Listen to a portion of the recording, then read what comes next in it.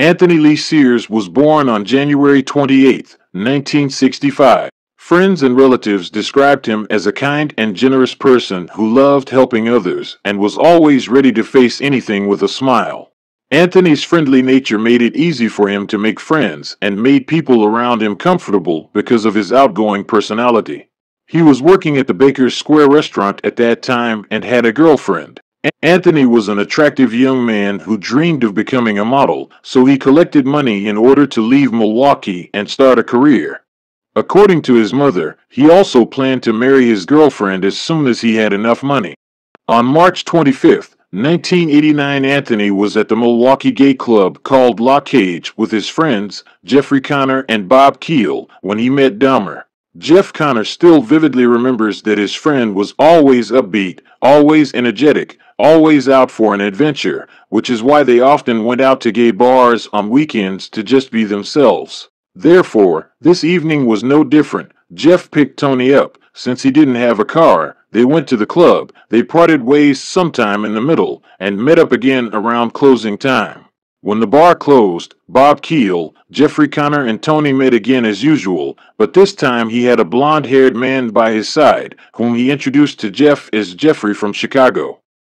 Then Jeff Connor dropped them off near Dahmer's grandmother's house, and even though he found the fact he was asked to pull over at an intersection strange, he didn't say anything because his friend seemed okay. Before departure, Connor asked Tony to call him in case he needed a ride back home.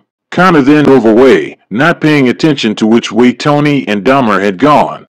But Tony didn't call and was never seen again. It was close to 3 a.m. when Jeff Connor last saw or spoke to his friend, making him the last person to know his whereabouts and thus the primary suspect as the days passed, according to the docuseries. He did cooperate with the authorities by not just giving them Jeffrey's description as well as taking them to the area he dropped them off, but also endured harsh lines of questioning from them, Tony's family, and former friends alike. They all believed at some point that he could have had something to do with his friend's disappearance, which turned his whole world upside down again. Anthony's mother Marilyn said that her son was planning to see her at the celebratory meal that his family had planned in honor of his promotion at the Baker's Square restaurant as a manager.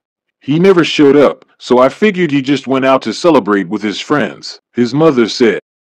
His missing was reported 4 weeks later, according to his mother, who explained that it was common for him to run away with his pals for days at a time. Later, during the interrogation, Dahmer would state that he did not plan any murder that day. However, when Anthony approached him, he couldn't resist his charm and attractiveness. As per the Netflix production, the dark cloud of suspicion on Tony's friend Jeff Connor's head grew to such an extent, he decided to get a fresh start by leaving Milwaukee behind and moving out of the city. I really cared for Tony. I figured he and I were going to be friends for quite some time, he said while holding back tears.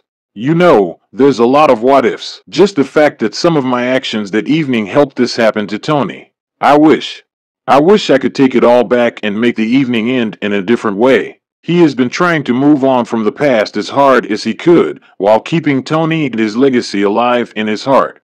After Dahmer's arrest, Jeff Connor ensured to speak to the officials and testify at his 1992 trial to bring Tony some much-needed justice. In late July 1991, 2 years after his murder, Sears' remains were identified by a local coroner. He's buried at the Arlington Park Cemetery in Greenfield, in Milwaukee. At the time of his death, Anthony was 24 years old. If he was alive, he'd be 58 today.